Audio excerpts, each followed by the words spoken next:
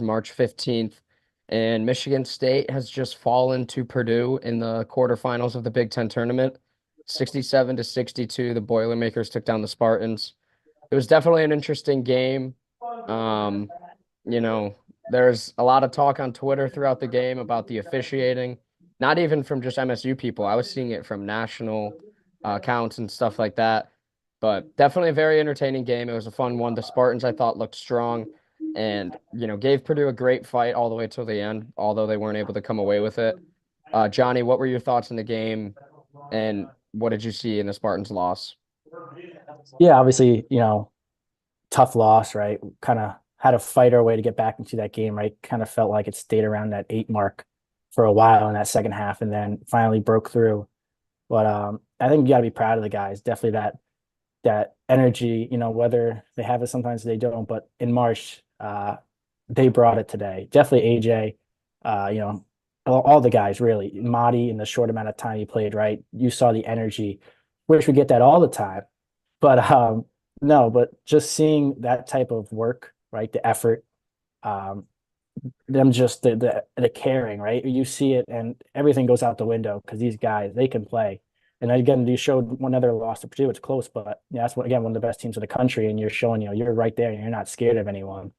And I think you come away like looking forward, like ready for Sunday, ready for to see that where you land and ready to start going, gearing up for whoever that is. Yeah, so with the win yesterday, I think we're all kind of in the same spot with Michigan State not really on the bubble. It doesn't feel like they're going to be. It doesn't feel like it's going to be a question whether or not they'll be in the tournament on Sunday. It's just more of a matter of where they'll be playing and who. Um, yeah, I definitely was proud of the guys. I thought they looked good, and it's definitely good momentum for going into the NCAA tournament coming off of a loss. About as good as you could feel coming off of a loss. Um, yeah, you touched on it definitely. The energy tonight or this afternoon was off the charts. From the start, they kind of got down again. Not necessarily the best start for Michigan State again, although defensively they were awesome in the first half and throughout the game. I mean, holding Purdue to 67 points is no small feat. So, yeah, I thought the energy was there and it was definitely a great sign. And we've talked about it all season when AJ is showing the energy and feeling it, and his contribution goes so much deeper, and he can be such a leader and kind of a rock for people on the court. And I thought you could definitely tell today from AJ that this one cared, and things got a little chippy between the two teams at a few different points. Fletcher Lawyer threw the ball at Malik's foot. Um, and then Trey kind of took exception to that and was talking over him. And then Edie came over and little Trey Holloman, well, not little, he's way bigger than me, but he looked right into Zach Edie's face and he just said, "What?"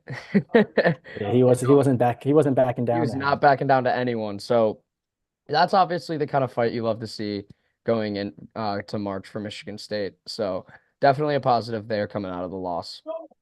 Yeah, definitely. Right. You saw that energy off the bench. Trey, it's just been great the past couple.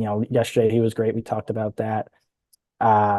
You're just like not backing down to Edie, right? Edie comes over to him, almost gives him a little forearm, and Trey goes nowhere, almost stares at him, right? Says, "You're not bothering me." But it's tough, right? You lose a game like that.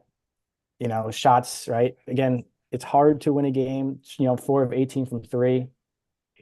Again, it's tough. Like Aikens, another, again, it's hot or cold for him, right? 2 of 11. Tyson, 6 of 18.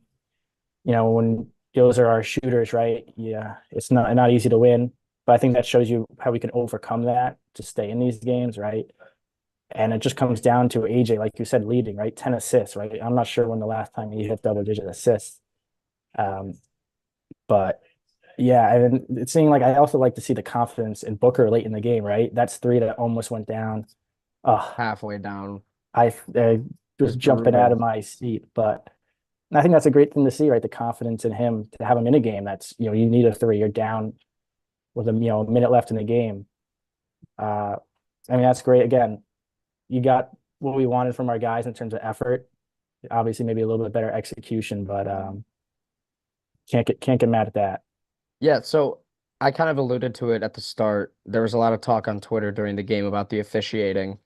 Um, I tweeted at the end of the first half that I thought Michigan State's shot making or lack thereof was actually a bigger problem.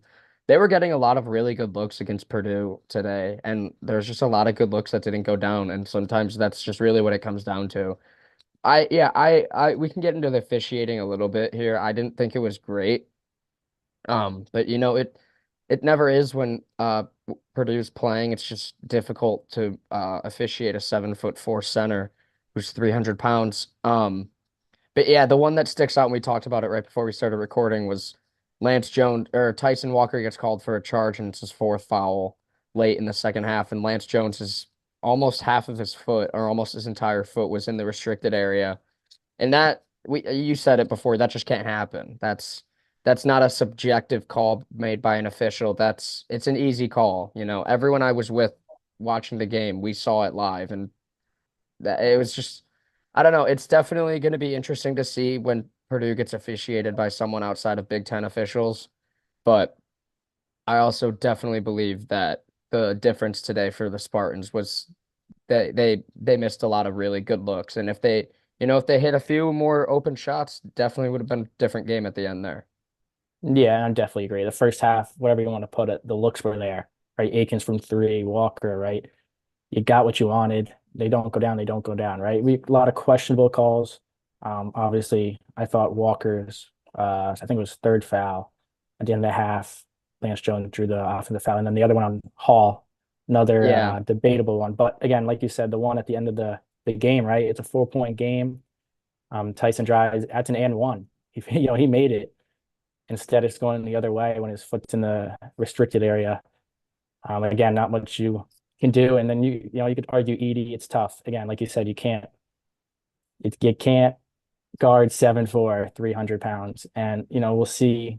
The only foul I think he had the game was the technical, which yeah, I would have thought he would get one offensive foul, maybe just one. At least one. Like one, I not mean, even one. that's what I was asking for the game. Just one. Like I feel like again, it's hard, but he gets his elbows so high Hmm. above guys that are like 6'10". And when he's putting them above like Mahdi's shoulder, it's like I don't know how you could guard him because then Mahdi can't even go up. If his arm's above his, he's keeping him down, and you know it's over. He's got you right where he wants you. So, Yeah, I mean, but that's that. even in football, they protect the head and neck area, but not with Zach Edey. He gets those elbows up. Hey, that's just how it is. I mean, that's just his size. And like on the same side of that token, I don't know like what can Edey do? Like, is he not No, is he just supposed exactly. to It's like so it's no, tough. you can't win. You It's can't tough. win. It's tough. But I think definitely Big Ten fans that are fans of any team in the Big Ten besides Purdue will be excited next season as Zach Edey is leaving Gone. Purdue and will be gone. Um, but yeah, it was a good win yesterday for the Spartans, um, over, um, over Minnesota. I had a brain fart. And, I think they're looking good. I think the vibes in the locker room are probably pretty good, going into the tournament. You just have to hope that they can, come back out with that same energy and, not allow it to hinder them from making shots because, I said it before, I'll say it again. That's what today came down to was Michigan State's inability to make open shots. Yeah, I think we saw right Aiken struggle, and there was one time right he had a chance to shoot, didn't drove, then took a mid-range shot, and immediately Izzo pulls him right, and he gets right in his face, basically telling you can't pass them up no matter what, right? And he puts him right back in the game. It's just to show him that no matter what, you could be 10 for 10, 0 for 10. You can't go away from yourself, and it sucks. He finished 2 of 11, but you know what? If you stay with that confidence next game on Thursday or Friday, it might be 5 of 7, right? It's just for him, he's our sharpshooter, right? Or he's the one who's getting those kick out looks for three, or you dish it, right? Catch and shoot. I've said that all year long. He's got to be that guy to take those shots because you need someone to do that, right? You can't just be all inside and ISO, right? So he has to continue getting those looks and shooting them. Obviously, it was great to see Trey knock a couple down, right? He's been so consistent at that. And again, like Hogard Walker, right? These guys are going to bring it Thursday, Friday. Hopefully, they could keep that energy going, right? Wait, I think they will. I think they'll be ready to go, but only time will tell. Yeah, I'm expecting Izzo to have the guys ready, but as you said, only time will tell. And um yeah, I obviously looking forward a lot to Sunday and the rest of this week.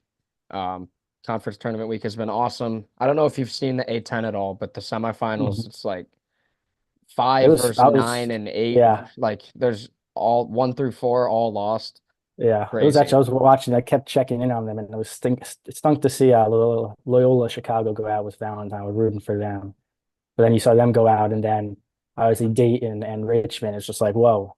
So that went from, that'll be a kind of a bid thief there.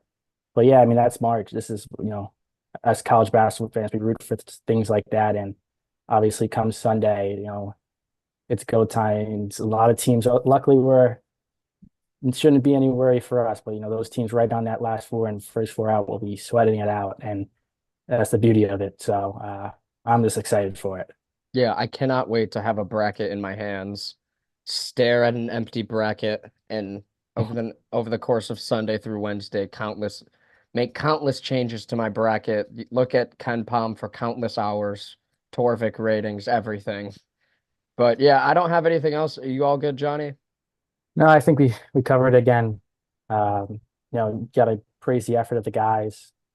And I just think like you said, I think it's just going to have these guys ready to go no matter, whatever we are, right? I think we probably end up on the 10 line. That'd be my guess, right at the top of it. Yeah, Could I'm they, with you there. could they end up on the back of the nine, which I don't know if we want. I don't think I, so. I don't think we want that, right? You basically have because you can't play Purdue, right? If you're an 8 or 9 in that second round. So it'd be, Houston, UConn, or probably North Carolina with Tennessee Yeah. getting, unless they come back. I don't know. They were Yeah. down 20 at half, and South then we're Carolina going into we're the Vols today. we're recording it right now, so who knows? But again, whatever it lands on, right, for an 8, 9, or a 10, you get a good 7 or 8, and it's March. You let your guys go. I'm excited for it.